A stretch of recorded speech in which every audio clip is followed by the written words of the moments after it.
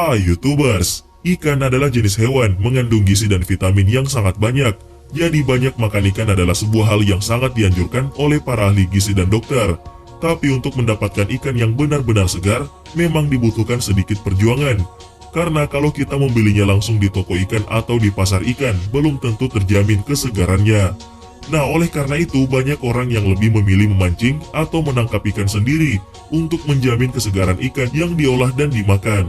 Tapi karena menangkap ikan bukan hal yang mudah, banyak alat dan teknik yang diciptakan untuk membuat kita lebih mudah menangkap ikan, dan terkadang cara dan teknik tersebut terlihat aneh dan unik.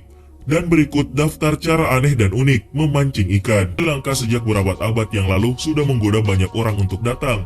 Bahkan sang petualang Marco Polo menggambarkan negara ini sebagai pulau terbaik yang ada di dunia. Sehingga orang-orang Eropa, India, dan Arab datang berbondong-bondong ke pulau menakjubkan ini.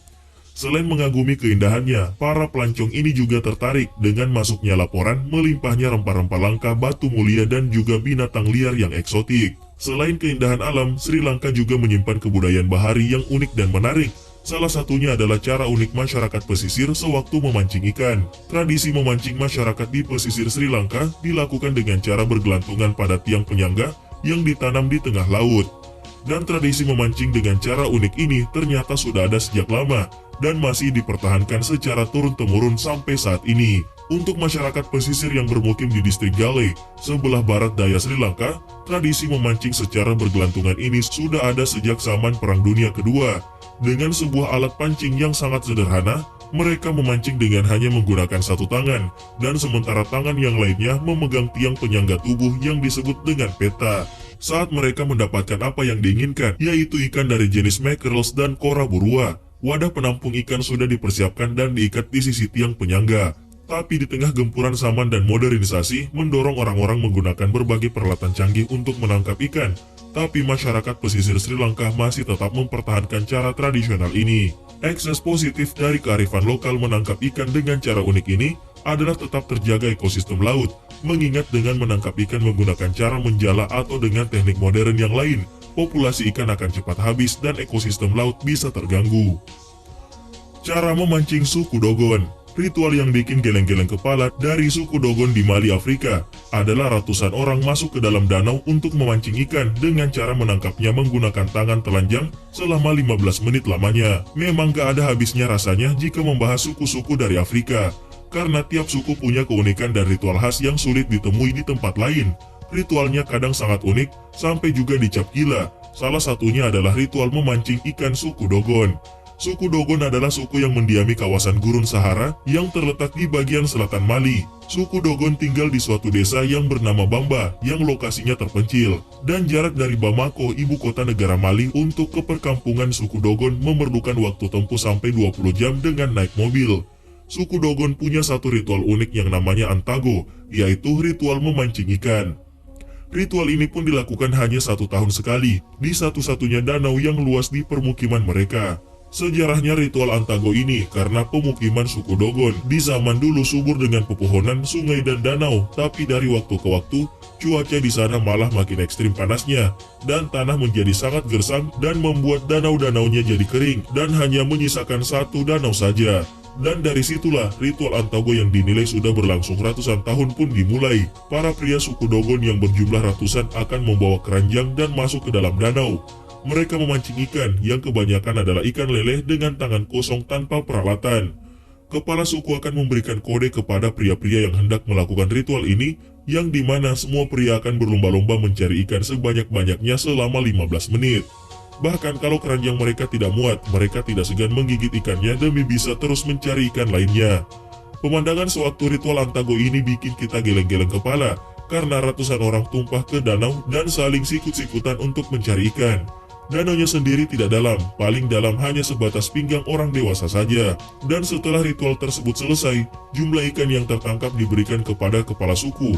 Lalu kepala suku lantas membagi-bagikan ikan dalam jumlah yang adil ke tiap orang. Ritual Antago ternyata hanya berlangsung sekali setahun. Selain saat ritual, tidak boleh seorang pun memancing di danau tersebut. Bagi suku Dogon, ritual tersebut dianggap suci. Oleh karena itu, para wanita suku Dogon dilarang untuk melakukan ritualnya, sebab mereka dianggap tidak suci karena punya periode menstruasi. Dan inti dari ritual Antago adalah agar setiap orang dari suku Dogon bisa memakan ikan, dan dengan hanya waktu 1 tahun sekali memberikan waktu untuk ikan yang ada di dalam danau tersebut berkembang biak. Memancing dengan kondom. Apa kalian tahu penjualan kondom di Kuba meningkat drastis di setiap musim ikan?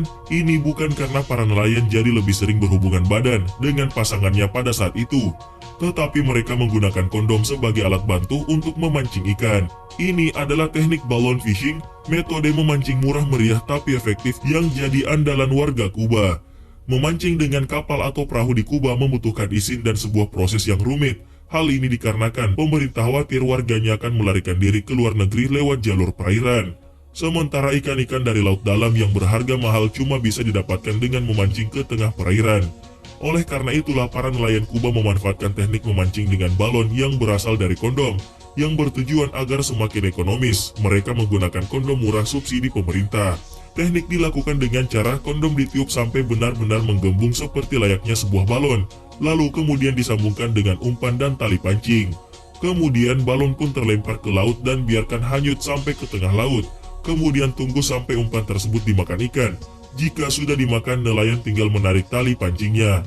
Tidak ada yang tahu persis siapakah penemu teknik balon fishing ini, tapi para nelayan yakin teknik tersebut adalah variasi dari metode memancing dengan layang-layang yang biasa digunakan oleh nelayan Afrika Selatan, dan kemudian metode ini segera ditiru oleh nelayan-nelayan amatir. Melalui cara ini, nelayan bisa menangkap kakap merah, barakuda, dan tarpon tanpa harus meninggalkan pantai. Hanya dengan modal beberapa sen saja mereka bisa menjual ikan hasil tangkapan mereka dengan harga 10-20 dolar di pasar gelap. Ini jumlah yang sangat besar, mengingat pendapatan rata-rata warga Kuba hanya sekitar 25 dolar per bulan. Mancing dengan drone. Kreativitas para pemancing dalam memancing ikan tidak ada habisnya, dan seiring berjalannya waktu, segala macam cara difikirkan, mulai dengan memakai teknik konvensional seperti handline, casting, dan bahkan menggunakan bantuan teknologi seperti fish finder atau depth sounder, yaitu sebuah alat yang dilengkapi sensor untuk mencari lokasi ikan berkumpul. Semua itu dilakukan dengan harapan mendapatkan kesempatan menangkap ikan dengan lebih baik. Dan kabar gembira rupanya datang dari Jeder McLean, Brody McLean, dan Brody Leal. Ketiga angler yang berasal dari New South Wales, Australia ini sukses membukukan strike seekor ikan tuna ekor panjang atau longtail tuna seberat 20 kg.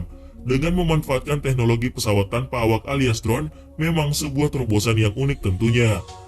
Angler yang tergabung dalam komunitas Sea User Aerial Media tersebut membawa sebuah drone DJI Phantom ke pantai di kawasan Finland Head, New South Wales. McLean kemudian memasang umpan yang tali kerunnya disangkutkan pada sebuah batang bengkok yang dilem pada drone yang mereka bawa. Selanjutnya pesawat tanpa awak itu diterbangkan ke tengah laut. Kamera yang terpasang di drone ini digunakan untuk memantau lokasi ikan berkumpul. Setelah terlihat bergerombolan ikan yang sedang melintas di monitor, McLean kemudian akan melepaskan umpan tersebut sehingga jatuh tepat di atas gerombolan ikan. Umpan berupa cumi-cumi itu pun langsung disantap seekor tuna ekor panjang. Sementara itu di tepi pantai, McLean menggulung senar pancing yang tersambung pada umpan tersebut demi menarik ikan ke arahnya. Usaha yang tidak sia-sia. Dari pengakuan McLean, memancing menggunakan drone terlihat mudah, tapi sebenarnya memancing dengan teknik ini cukup sulit. Setidaknya dalam percobaan ini mereka bertiga menghabiskan waktu selama 5 hari untuk mendapatkan seekor ikan. HUHT, pole and line, yaitu pancing yang digunakan untuk menangkap ikan-ikan cakalang, tuna, dan tongkol. Pancing ini terdiri dari joran, tali pancing, dan umpan. Dioperasikan secara bersama di atas kapal. Pole and line biasanya disebut dengan HUHT. Sebagai penangkap ikan, alat ini sangat sederhana. Desainnya hanya terdiri dari joran, tali, dan mata pancing. Tetapi sesungguhnya cukup kompleks karena dalam pengoperasiannya memerlukan umpan hidup untuk merangsang kebiasaan menyambar mangsa pada ikan. Sebelum memancing dilakukan penyemprotan air untuk mempengaruhi visibility ikan terhadap kapal atau para pemancing. Adanya faktor umpan hidup inilah yang membuat cara penangkapan ini menjadi agak rumit. Hal ini disebabkan karena umpan hidup harus sesuai dengan ukuran dan jenis tertentu. Disimpan, dipindahkan, dan dibawa dalam keadaan hidup. Ini berarti diperlukan sistem penangkapan umpan hidup untuk desain kapal yang sesuai dengan penyimpanan umpan supaya umpan hidup dapat tahan sampai waktu penggunaannya. Secara umum, alat tangkap pole and line terdiri atas joran, yaitu bambu atau lainnya. Untuk tangkai pancing, polyethylene, untuk tali pancing dan mata pancing yang tidak berkait terbalik. Apa kalian tahu teknik mancing yang biasanya diterapkan untuk menangkap ikan cakalang ataupun ikan tuna agak berbeda dengan teknik-teknik yang lainnya? Pada teknik ini, kita sama sekali tidak memasang umpan pada kail, tapi melainkan umpan hidup tersebut ditebar di sekitaran kapal. Dengan tujuan untuk menarik perhatian ikan cakalang atau tuna yang datang mendekat yang bisa meningkatkan nafsu makan mereka, yang merangsang ikan agar terbiasa menyambar umpan tersebut. Setelah jumlah ikan yang berkumpul semakin banyak dan semakin agresif untuk memakan umpan, maka segera dijatuhkanlah mata pancing yang tidak beringsang dan tanpa umpan. Pada dasarnya HUHT adalah alat pancing yang pas dipakai untuk memancing ikan-ikan yang hidup secara berkelompok dan ganas melahap umpan seperti ikan tuna, cakalang, dan tongkol. Bagian-bagian alat pancing ini terdiri atas joran, tali, dan kail. Dan uniknya, kail tersebut tidak berkait terbalik, sehingga ikan tangkapan mudah dilepas. Kali ini juga ditutupi dengan bulu ayam atau tali rafia untuk menyamarkan keberadaannya. Kapal yang digunakan untuk memancing dengan HUHT sudah dimodifikasi sedemikian rupa. Bagian haluan kapal dibuat lebih panjang untuk mempermudah para pemancing duduk di tepinya. Pada bagian lambung diletakkan alat sprayer untuk menyemprotkan air sehingga kondisi di sekitar kapal jadi lebih jernih. Sedangkan tempat penyimpanan umpan berupa ikan hidup ditaruh di dalam dek. Cara memancing di Taiwan. Selama ratusan tahun lamanya, para nelayan di Taiwan telah menangkap ikan sarden dengan bantuan tongkat api yang dipegang di tepi sebuah kapal. Dari cahaya tersebut bisa menarik ikan-ikan sarden sampai-sampai mereka melompat keluar dari dalam air dan masuk ke dalam jaring nelayan. Perahu nelayan akan menuju ke laut pada malam hari, dan sesaat kemudian mereka menyalakan tongkat bambu yang ditutupi tanah sulfat di salah satu ujungnya untuk menciptakan sebuah nyala api yang terang. Sulfur larut dalam air dan gas sehingga bisa menghasilkan api. Nah, dari nyala api tersebutlah gerombolan ikan sarden akan melompat-lompat keluar dari air dan berakhir di jaring nelayan. Memancing dengan menggunakan api belerang ini sudah dikembangkan selama periode penjajahan Jepang dan sekarang dipraktikkan hanya untuk di pelabuhan belerang Jinshan. Tercatat ada lebih dari 300 kapal yang melakukan praktik pemancingan dengan api di Taiwan. Tapi menurut Asosiasi Nelayan setempat di distrik Jinshan, Utara Taipei, jumlah tersebut sekarang menyusut sampai 3 kali lebih sedikit.